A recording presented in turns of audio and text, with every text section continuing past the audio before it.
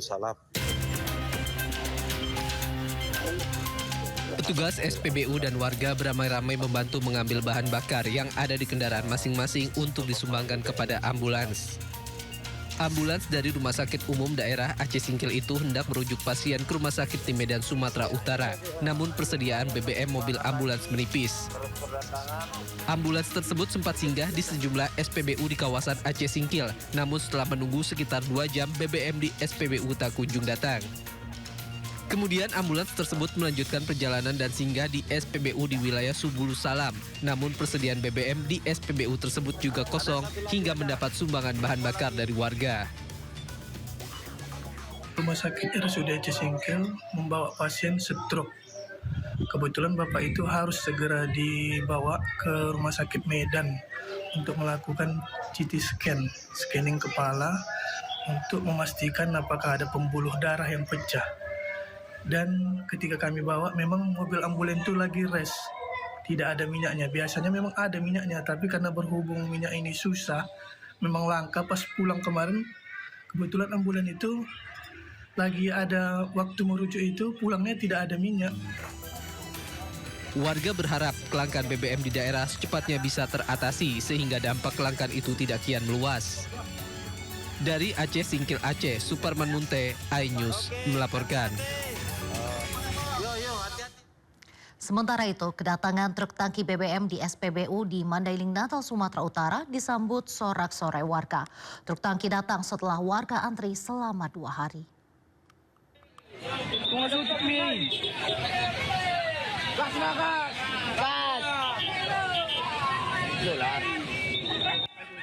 Ratusan warga Mandailing, Natal, Sumatera Utara bersorak menyambut datangnya tangki Pertamina di SPBU Kota Nopan, Mandailing, Natal, Sumatera Utara.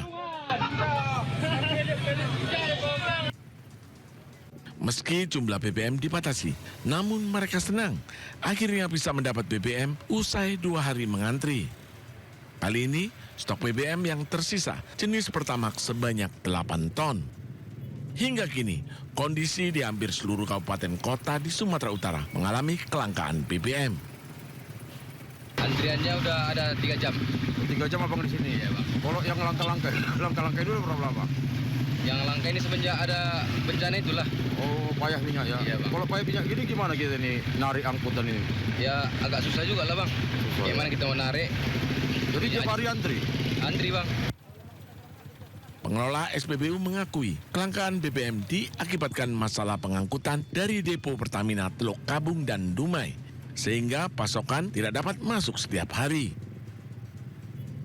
Stoknya sebenarnya aman kalau NO kita. Tapi kalau pengangkutannya? Pengangkutannya inilah yang kurang banget. Karena masalah bencana tadi ya, Bang? Masalah bencana tadi. Oke. Jadi harapan kita apa nih, Bang? Segera di atasnya atau gimana ya? Ya, kalau bisa segera lah diatasi supaya tidak begini situasinya. Ada itu apa itu kan konsumen ini kan sudah resah. Warga berharap pemerintah segera mengatasi persoalan ini karena sudah lebih dari 1 pekan kelangkaan BBM mempersulit kehidupan mereka. Dari Mandailing, Natal, Sumatera Utara, Ahmad Hussein Lubis, iNews melaporkan. Seperti inilah kondisi sejumlah bangunan yang mengalami kerusakan parah, bahkan beberapa di antaranya sudah rata dengan tanah. Lokasi tepatnya di Kampung Tangah, Koto Alam, Kecamatan Palembayan, Kabupaten Agam, Sumatera Barat. 2 bangunan pendidikan yakni Madrasah Sanawiyah Muhammadiyah di Jalan PDG Koto Gadang, Palembayan, dan juga SMA Muhammadiyah Salareh Ayah mengalami kehancuran parah. Warga berharap ada bantuan pemerintah untuk membangun kembali sekolah.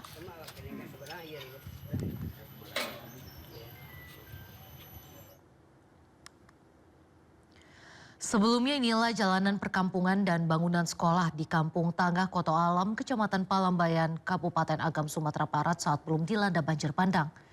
Jalanan, rumah warga, dan bangunan sekolah masih berdiri kokoh. Namun semua ini mengalami kerusakan parah akibat bencana banjir bandang.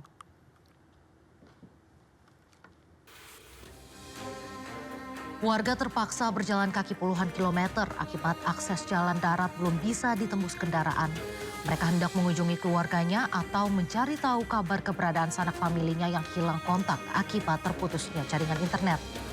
Akses Biren Bener Meriah, Aceh Tengah hancur dan rusak berat di kawasan Enang-Enang. Hingga saat ini akses jalan tersebut belum diperbaiki.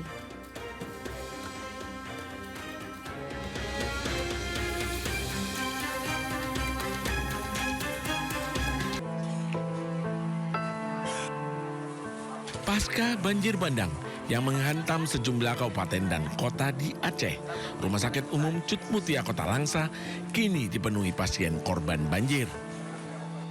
Pihak rumah sakit menyebut saat ini pihaknya terus berupaya seoptimal mungkin untuk tetap memberikan pelayanan kesehatan terhadap pasien. Meskipun di tengah minimnya jumlah tenaga medis dan alat kesehatan yang rusak akibat terendam banjir, sehingga banyak pasien yang terpaksa dirawat di luar area rumah sakit. Penanganan kita upayakan, kalau di awal kita pilah atau istilahnya triase, mana yang lebih urgensi yang duluan kita tangani, itu yang kita dahulukan. Untuk pasien yang lainnya kita beri tempat di luar, yang butuh penanganan lebih dulu, itu yang kita dulukan. Adapun mayoritas pasien yang dirawat mengalami demam, diare, hingga infeksi saluran pernafasan. Dari Langsa, Aceh, Muhammad Alfi, iNews melaporkan.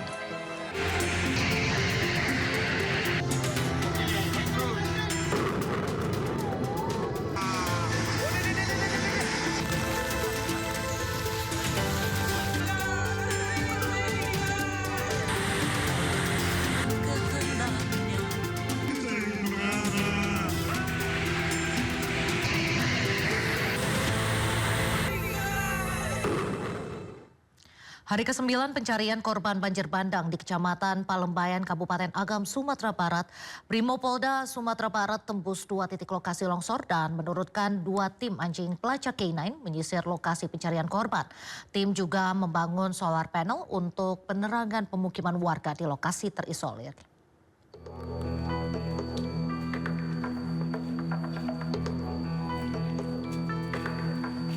Memasuki hari ke-9 pencarian korban banjir bandang di Kecamatan Palembayan, Kabupaten Agam, Sumatera Barat, personel Brimopolda Sumatera Barat terus bergerak menembus wilayah terisolir yang selama ini tak bisa dijangkau. Medan ekstrim dan tingginya material longsor membuat proses pencarian semakin berat. 2 tim anjing pelacak K9 diterjunkan untuk menyisir 2 sektor krusial yakni Desa Kayu Pasak dan Subarang Air.